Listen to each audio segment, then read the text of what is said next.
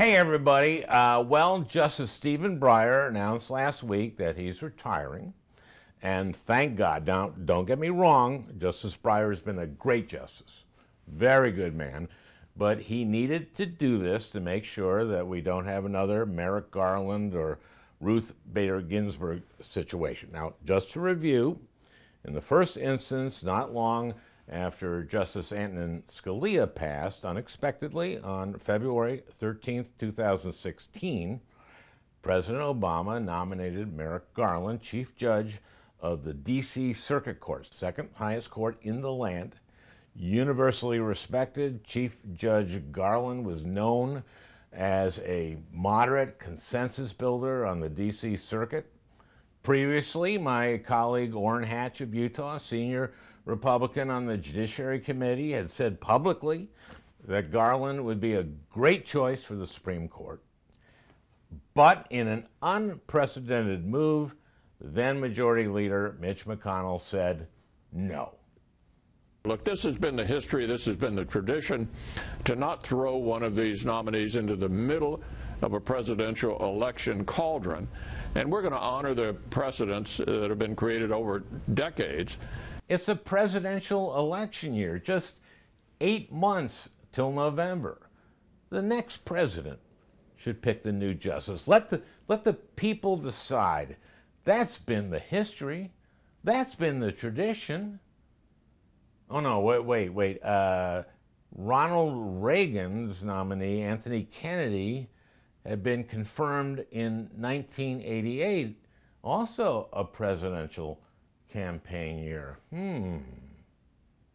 But that didn't stop every other Republican senator from making the same argument McConnell had made. See, I was on the Judiciary Committee at the time, and I heard every Republican say that refusing to take up Garland was a matter of principle. I mean, this was a presidential election year. There had already been votes cast in New Hampshire. You know, just like in 1988 before Justice Kennedy was sworn in. Nuts. I was there when Lindsey Graham said this. This is the last year of a lame duck president, and if Ted Cruz or Donald Trump get to be president, they've all asked us not to confirm or take up a selection by President Obama. If there's a Republican president in 2016 and a vacancy occurs in the last year of the first term, you can say, Lindsey Graham said, let's let the next president, whoever it might be, make that nomination, and you could use my words against me and you'd be absolutely right. Well, that was pretty clear, right? But just for good measure, Lindsey said it again a year and a half later. Now I'll tell you this. This may make you feel better, but I really don't care.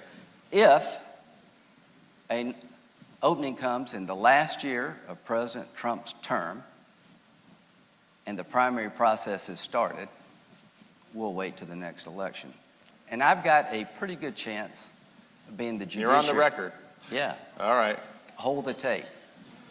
But of course, after Justice Ruth Bader Ginsburg died on September 18th, 2020, Graham completely reversed himself, and as chairman of the Judiciary Committee, he shepherded Amy Coney Barrett's confirmation in order to get her sworn in just a week before the 2020 presidential election. Well, Susan Collins was one of the Republican senators who stopped Garland from having a hearing, you know, on principle, but she was just fine with a 27-day rush job on Coney Barrett. But now, after Breyer's announcement, Collins is singing a slightly different tune. As you know, I felt that the timetable for the last nominee was too compressed. This time there is no need for any rush. We can take our time, have hearings, go through the process, which is a very important one. It is a lifetime appointment after all. Gee, why was the last one so rushed? Oh yeah, the election. But only tens of millions of Americans had voted by mail when she was confirmed. But now, according to Susan Collins, there's no rush. Actually, there kind of is, and let me tell you why. People drop dead unexpectedly. A friend of mine died suddenly a couple of weeks ago of a heart defect that can only be diagnosed in autopsies. He was 60 years old and in great health, exercised every day, ate more fruits and vegetables than anyone I know. Now, suppose a Democratic senator from a state with a Republican governor drops dead tomorrow. Then we don't have the majority, and Mitch McConnell blocks any Biden Supreme Court nominee. And you know he would. And you know Susan Collins and the rest of them would go along with it, just like they did with Merrick Garland.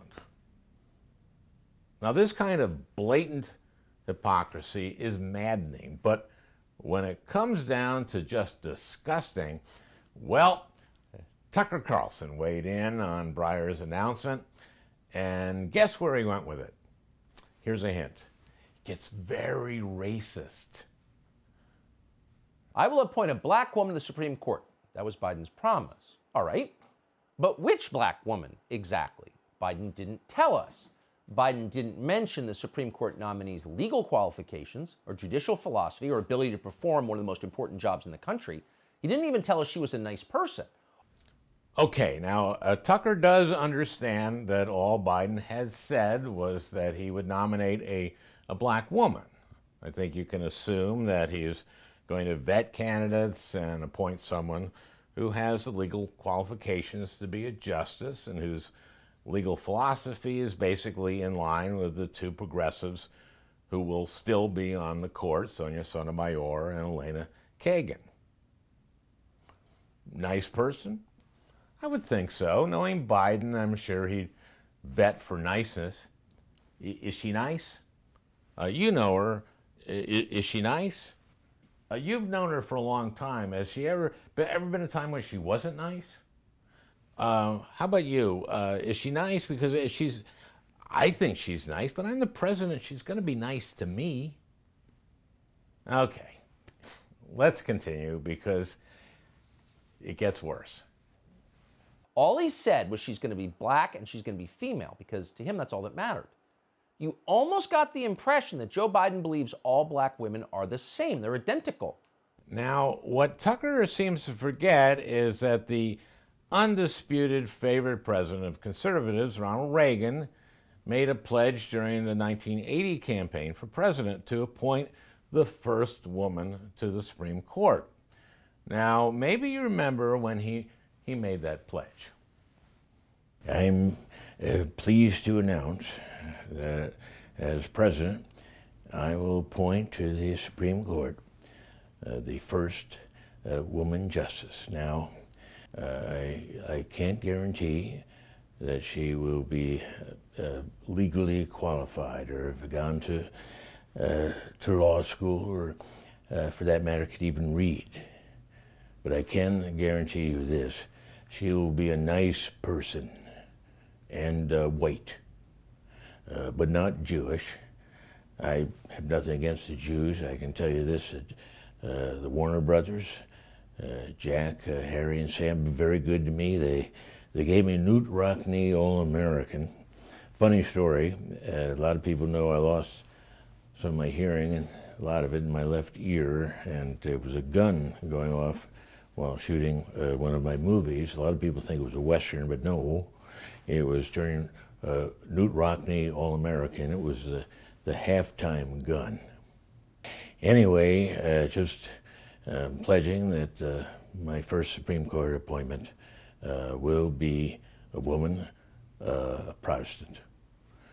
Thank you. Well, as it turned out, Sandra Day O'Connor was qualified, even if I had problems with her judicial philosophy and her vote in Bush v. Gore. But by all reports, she was a very nice person. So here's to nice people. So you have to wonder at this point, since we're going by skin color and gender, why Joe Biden is ignoring the obvious choice. Why doesn't Biden strike a real blow for equity and just nominate Bridget Floyd? Who's that? What's George Floyd's sister? She's not a judge or a lawyer or whatever, but at this stage, who cares? Clearly, that's not the point anymore, this law stuff. Nice man, huh?